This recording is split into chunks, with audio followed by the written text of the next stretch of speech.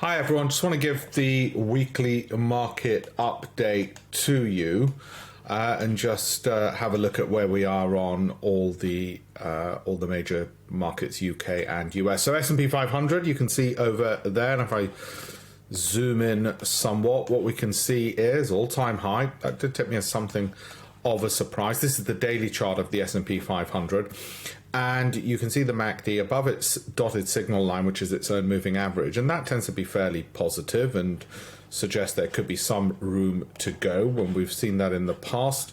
That in and of itself can be positive. However, do remember when we do see it in the past, it's not just a diagonal upward line. You can get a bit of a dip down before it moves up. And the reason I say that is the same reason I've said it for a couple of weeks now, is again, when you look at this, but you look at this momentum, it's making lower highs. So the price makes higher highs, but the momentum is making lower highs. The signal line is above the MACD, which again, often what happens is you get a bit of a dip down, and it wouldn't take a rocket scientist to say we might get some pullback, but it certainly is what tends to happen around this time, just looking at the prices when they've had such highs, and also what tends to happen according to the indicators as well. If you're not into your technicals, don't worry so much. So like I said, that can often touch that and go down before going back up.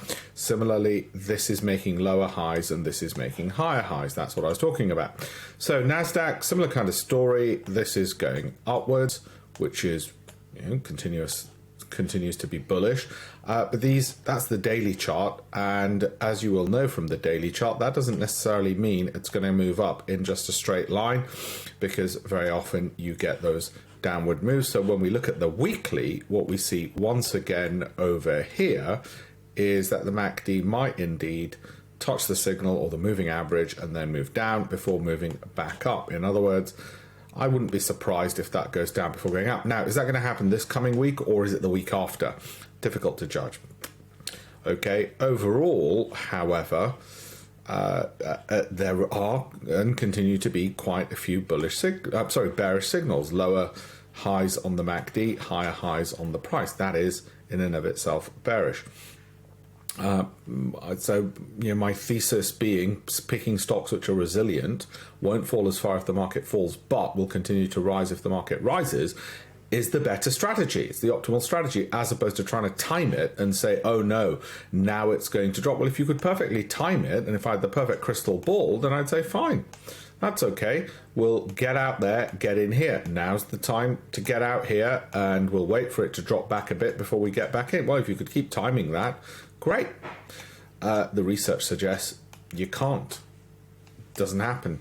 Doesn't happen often enough on those in this approach.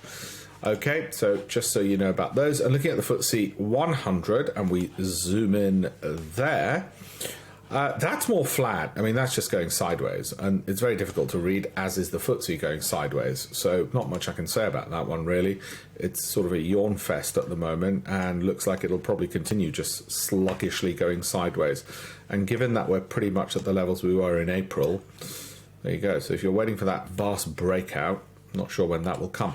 Dow, similar to the other major US indices, unsurprisingly, moved up, going upwards, lower highs, higher highs on the price, lower highs on the MACD, in and of itself bearish. So just be aware of that, and that's its weekly chart.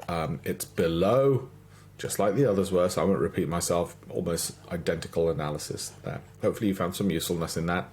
Basically means the original thesis of I'm still fully invested. I'm not trying to crystal ball, is the market going to rise or is it going to fall? What I'm saying is, if it falls, I've got resilient stocks. If it rises, those stocks will rise up. Okay, same approach as ever. Value, growth, income, cash flow, Sortino, alpha, momentum. If you want to learn more about what I'm doing and why I'm doing it, campaignforamillion.com, and you'll get downloadable free copies of my books as well.